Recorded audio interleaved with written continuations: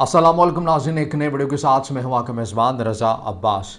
भारत को ये तशवीश लाहक हो गई है कि पाकिस्तान और चीन बड़ी तेज़ी के साथ और बड़ी संजीदगी के साथ इस मंसूबे के ऊपर काम कर रहे हैं कि सियाचिन का वो हिस्सा जहां पर भारत की अफवाज हैं वो भारत से छीना जा सकता है। आखिर भारत की इस तशवीश की वजह क्या है? ऐसे कौन से इंडिकेटर्स मिले हैं भारत को जिसके बिना के ऊपर भारत के अंदर ये तशवीश पाई जा रही है और भारत के जो दिफाई तज्ज़ियाकार हैं वो इस मामले के ऊपर बड़ी ज़्यादा बात करते हुए आपको नज़र आ रहे हैं। आज के इस वीडियो में वो मुहर्रिकात मैं आपके सामने रखूँगा, मगर उससे पहले आपसे दरख्वास्त की वीडियो को लाइक और चैनल को सब्सक्राइब ज़रूर कीजिएगा।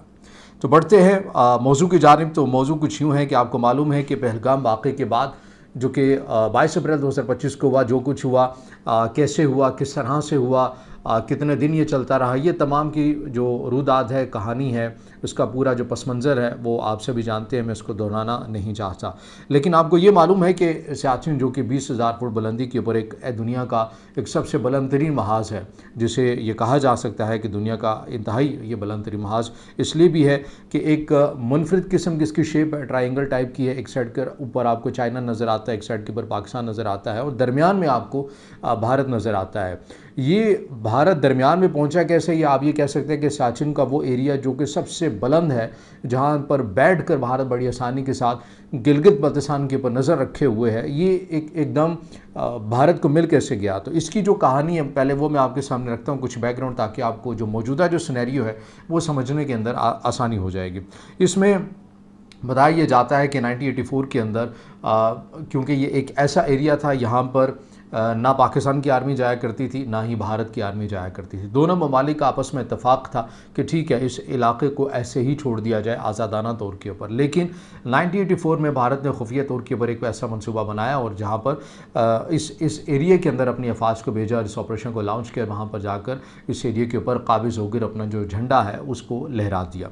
अब इसके ऊपर पाकिस्तान की जानिब से एहतजाज किया गया, सूरत हाल कशीदा हो जाती है दोनों ममालिक के माबैन इस एरिया को लेकर।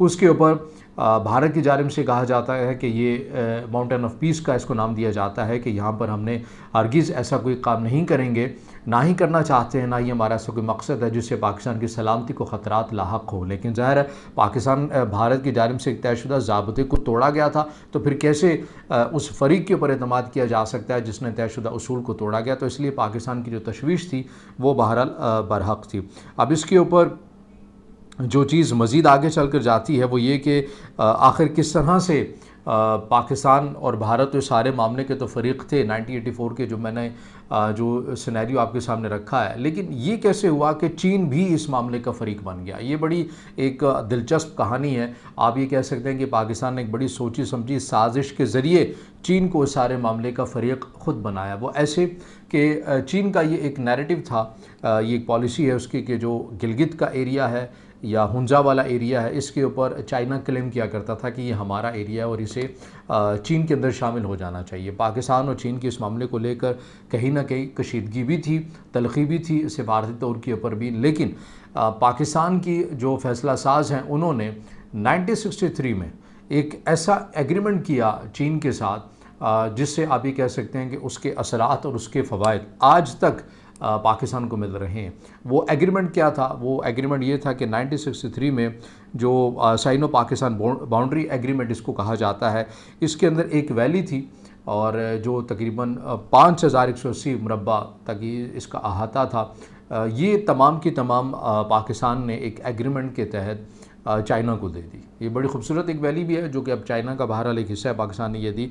तो इस वैली से मुतल्लिक भी चाइना क्लेम किया करता था कि ये हमारी वैली है और फिर हुंजा तक आया करता था, गिलगित को पूरा हिस्से को शुमार किया करता था। तो पाकिस्तान के फैसला साजों ने एक आप ये कह लें कि दूरअंदेशी और उनकी बसीरत को आप क्रेडिट दे सकते हैं कि उन्होंने तमाम आगे मुस्तकबिल की तमाम मामलात को, नज़ाकत को समझते हुए ये जो वैली है जो इतने एरिया के ऊपर मुश्तमिल थी ये चाइना के हवाले कर दी। अब इससे हुआ क्या कि चाइना आकर सियाचिन के आसपास भी बैठ गया। लद्दाख वाला एरिया, ये सारा एरिया आपको एक साथ ही जुड़ा हुआ नज़र आता है। लद्दाख वाले मामले के ऊपर भारत के साथ पहले ही है, सियाचिन के ऊपर एग्जिस्ट नहीं करता था चाइना, लेकिन पाकिस्तान ने उसको खुद एक एग्रीमेंट के तहत अपनी जगह दी और हुआ ये कि सियाचिन के आसपास भी आकर चाइना जो है वो आकर बैठ गया। अब बड़ी तेज़ी के साथ चाइना इस जगह के ऊपर आपको काम करता हुआ नज़र आता है, लद्दाख वाले एरिया के ऊपर काम करता हुआ नज़र आता है, बड़ी तेज़ी के साथ सड़कें आपको बनती हुई नज़र आती हैं। तो जो इंफ्रास्ट्रक्चर है, ढांचा है ज़ाहिरी तौर के ऊपर, वो चाइना बड़ी तेज़ी के साथ आपको बनाता हुआ नज़र आता है। अब इसमें भारत का तो कंसर्न है। भारत ये कह रहा है कि जिस तरह से बिलखसूस जो उनके दिफाई तज्ज़ियाकार हैं, जिन्हें पूरी दुनिया में सुना जाता है, भारत के परवीन साहनी, उनका ये कहना है, उन्होंने इस मौजू के ऊपर कम से कम 6 आर्टिकल्स भी लिखे हैं और इसी मौजू के ऊपर उन्होंने व्लॉग्स भी किए हैं।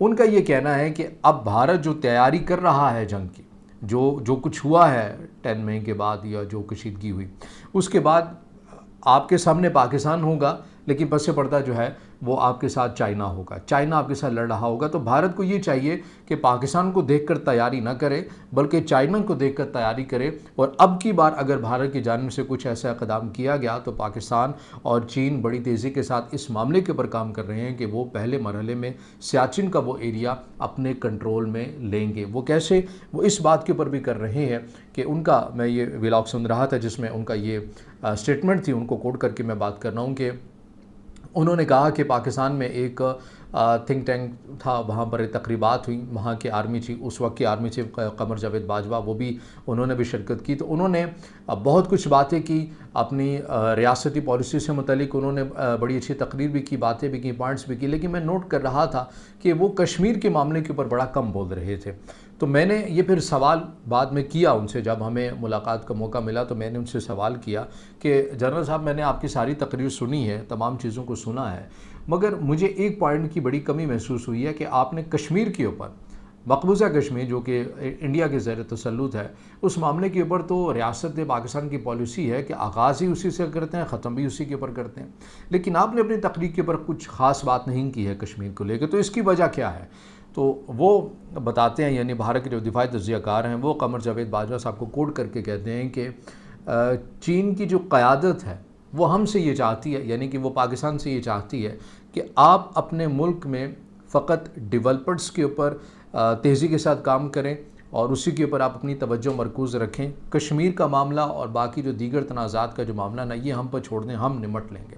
तो वो ये कहते हैं कि ये जो असेसमेंट, जो जवाब उस वक्त दिया था, उसके मुताबिक उनकी जो असेसमेंट है वो ये है कि अब जो कश्मीर का मामला है, मकबूजा कश्मीर का मामला है, या लद्दाख का मुकम्मल एरिया का मामला है, या फिर सियाचिन का मामला है, चीन इसके ऊपर बड़ी तेज़ी के साथ अब आगे बढ़ेगा। अगर वो पाकिस्तान को भी सामने रखेगा, लेकिन बैकएंड पे वो होगा, और इन तमाम एरियों से मुतल्लिक़ पाकिस्तान को परेशान होने की ज़रूरत ही नहीं है, क्योंकि अब चीन ने सारे मामले को लीड करना है और चीन ही तमाम चीज़ों को अपने तौर के ऊपर, ये जितनी भी जो खेल है इसकी अब ये कह लें कि बसात बिछा चुका है और तमाम हिकमत अमली को तय कर चुका है। ये भारत के दिफाई तज्ज़ियाकार कह रहे हैं, ये पाकिस्तान के या किसी और मुल्क के नहीं कह रहे।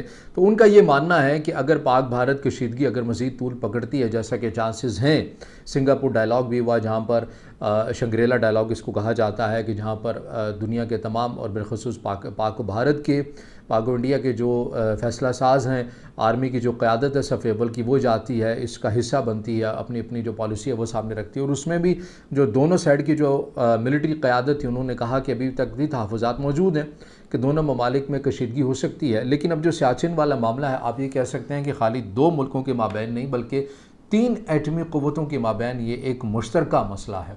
हर कोई चाहता है कि ये हमारा हिस्सा बने। अब पाकिस्तान और चीन तो आपस में तय कर लेंगे कि जिसने भी रखना है रख ले, लेकिन भारत के लिए तशवीशनाक बात बनती हुई जा रही है। तो इसलिए भारत के अंदर ये बड़ी तेज़ी के साथ तशवीश है, वो पाई जाती है कि पाकिस्तान और चीन मुश्तरका तौर के ऊपर इस एग्रीमेंट के ऊपर काम करने जा रहे हैं, काम कर भी रहे हैं। ना सिर्फ सियाचिन के ऊपर बल्कि मकबूजा कश्मीर को लेकर भी काम कर रहे हैं कि अब हमने भारत के साथ ये करना है। वो चीन उधर से लद्दाख वाली साइड और अरुणाचल प्रदेश वाली साइड के ऊपर भी बड़ी तेज़ी के साथ आपको तामीरात करता हुआ नज़र आ रहा है, पेशकदमी करता हुआ नज़र आ रहा है। और इसके साथ साथ ही ताइवान वाला मामला भी सरगर्म हो गया, उसके ऊपर हम एक अलहदा से वीडियो बनाएंगे। तो अब आपको चीन की पॉलिसी के अंदर, जो कि खामोशी के साथ और बड़े तहम्मुल मिजाजी के साथ चलता हुआ नज़र आता था, अब उसमें एक मुज़ाहमत वाला अंसर आ गया है। अब उसमें एक, आप ये कह रहे हैं कि ज़्यादती इस हद तक हो गई है कि अब वो तेज़ी के साथ उसने आगे बढ़ना है। अब वो उसकी हिकमत अमली हमें चाइना की अब ये पैटर्न हमें नज़र आता है। तो बहरहाल ये अपडेट है सियाचिन को लेकर कि भारत के हलकों के अंदर क्यों तशवीश पाई जा रही है कि सियाचिन का इलाका भारत से छिन सकता है। उसकी जो बैकग्राउंड है, पस मंज़र है, मुहर्रिकात हैं, वो मैंने आपके सामने रखे हैं। अगर आप समझते हैं कि वीडियो आपके लिए मालूमाती है तो फिर इसे ज़रूर लाइक भी कीजिएगा, कमेंट्स में ज़ाहिर ख्याल कीजिएगा, दोस्तों तक शेयर कीजिएगा और चैनल को सब्सक्राइब ज़रूर कीजिएगा।